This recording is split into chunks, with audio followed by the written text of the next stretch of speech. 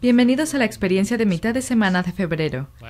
En el pasado mes de julio conversamos sobre el Sermón del Monte, y este mes volvemos a conversar sobre el sermón más famoso de Jesús.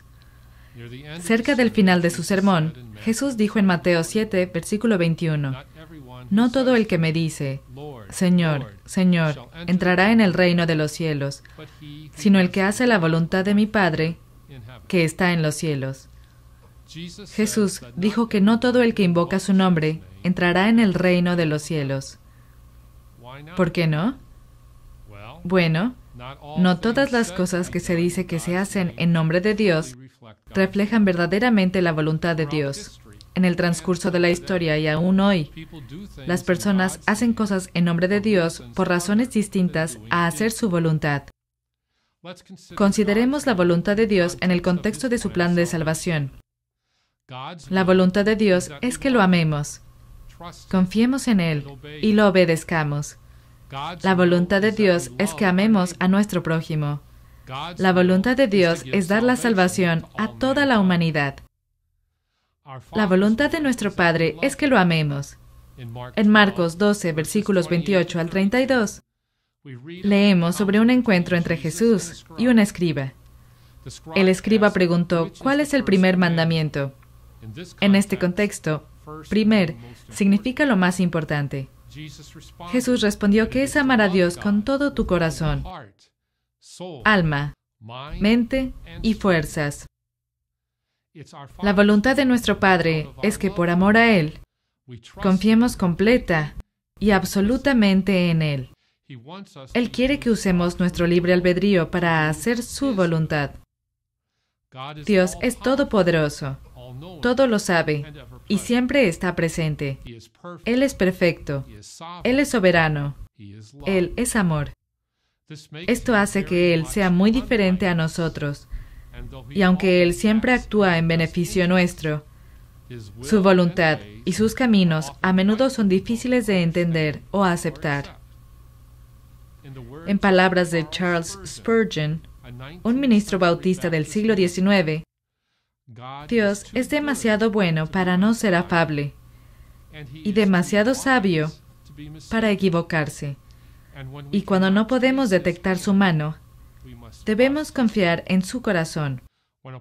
Cuando el apóstol Tomás dudó de la resurrección del Señor, Jesús lo alentó a creer y le ofreció su mano y su costado para mostrarle que era Él. Tomás tocó sus cicatrices y luego creyó, llamando a Jesús Dios. Jesús respondió, «Bienaventurados los que no vieron y creyeron». A veces cuestionamos la voluntad de Dios porque nuestra experiencia de vida no parece tan fácil o tan agradable como la de nuestro prójimo. En su soberanía, Dios no requiere que todos vivamos las mismas cosas en la vida, ni se revela a la humanidad al mismo tiempo. Vemos esto claramente en el Nuevo Testamento. Jesús le dijo al apóstol Pedro que sería un mártir, mientras que el apóstol Juan murió de muerte natural. A los discípulos María, Marta y Lázaro se les permitió permanecer en Betania, mientras que otros discípulos fueron llamados a dejar a sus familias e ir con el Señor en sus viajes. A José de Arimatea, quien preparó el cuerpo de Jesús para el sepulcro, se le permitió ser rico, mientras que al joven rico se le pidió que vendiera todo lo que tenía. En la parábola de los obreros de la viña, Jesús enseñó que, si bien al final la recompensa es la misma para todos los que creen, el plan de salvación de Dios no les será presentado a todos al mismo tiempo. A pesar de estas diferencias, Dios nos ama a todos por igual y quiere que lo amemos lo suficiente para confiar en Él y obedecerlo. La voluntad de Dios es que amemos a nuestro prójimo.